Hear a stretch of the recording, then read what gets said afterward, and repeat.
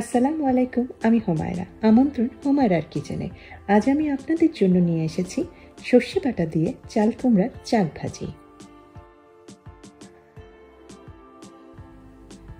এটা একেবারে গ্রামগঞ্জের প্রতিদিনের আটপৌরে রান্না, কিন্তু তারপরেও এই রান্নার স্বাদে গন্ধে রয়েছে কিছুটা নতুনত্ব। তাহলে আসুন শুরু করি।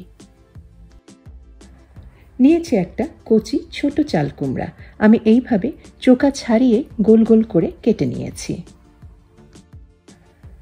রান্নার জন্য আমি এরকম ছড়ানো মুখওয়ালা একটা সসপ্যান নিয়েছি। সসপ্যানে দিয়ে দিলাম আধা কাপ পরিমাণ সয়াবিন তেল। আপনারা এখানে আধা কাপ পরিমাণ সরষের তেলও ব্যবহার করতে পারেন। আর দিয়ে দিলাম আধা কাপ পরিমাণ পেঁয়াজ কুচি। মিনিট 2 নাড়াচাড়া করতে হবে। এখন এতে দিয়ে দিব আমি কিছু গুঁড়া মশলা। প্রথমে দিয়ে দিলাম 1 চা চামচ পরিমাণ হলুদ গুঁড়ো। তারপরে দিয়ে দিলাম আধা চা চামচ পরিমাণ জিরা গুঁড়া।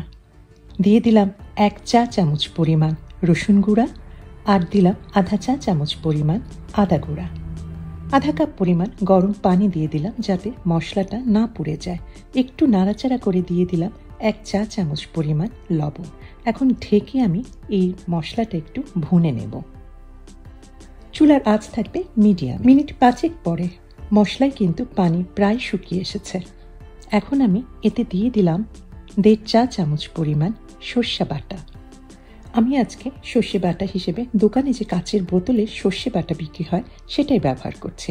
আপনারা ইচ্ছা করলে 1.5 চা চামচ পরিমাণ সর্ষা, একটা কাঁচামরিচ আর কিছু লবণ দিয়ে বেটে ব্যবহার করতে পারেন।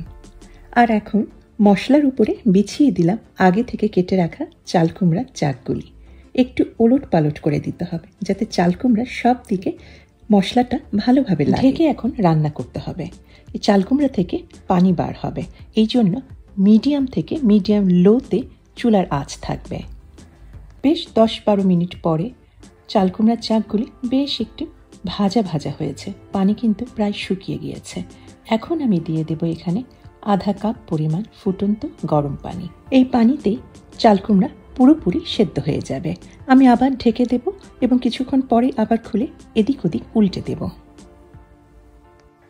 চাল কুমড়ার পানি একদম শুকিয়ে গিয়েছে এবং চাল কুমড়া এদিক ওদিক একটু ভাজা ভাজা হয়ে গিয়েছে। এখন দিয়ে দিলাম 3-4টা রসুন কোয়া কুচি করে। রান্নার প্রায় শেষ পর্যায়ে রসুন কুচিগুলি দিয়েছি বলে রসুন কুচিগুলি কিন্তু একদম গলে যাবে না। খাওয়ার সময় কিন্তু দাঁতের নিচে পড়বে, কিন্তু এটা সম্পূর্ণ সিদ্ধ হয়ে যাবে। আর দিয়ে দিলাম আমি 5-6টার মতো কাঁচামরিচ। আপনারা এখানে শুকনা মরিচও দিতে পারেন, তবে আপনারা শুকনা মরিচের গুঁড়া দেবেন না, কারণ রান্নাটা একটু হলুদ রঙের হয়। আর রান্নাতে কাঁচামরিচের একটা খুব সুগন্ধও পাবেন। রান্না প্রায় শেষ হয়ে গিয়েছে।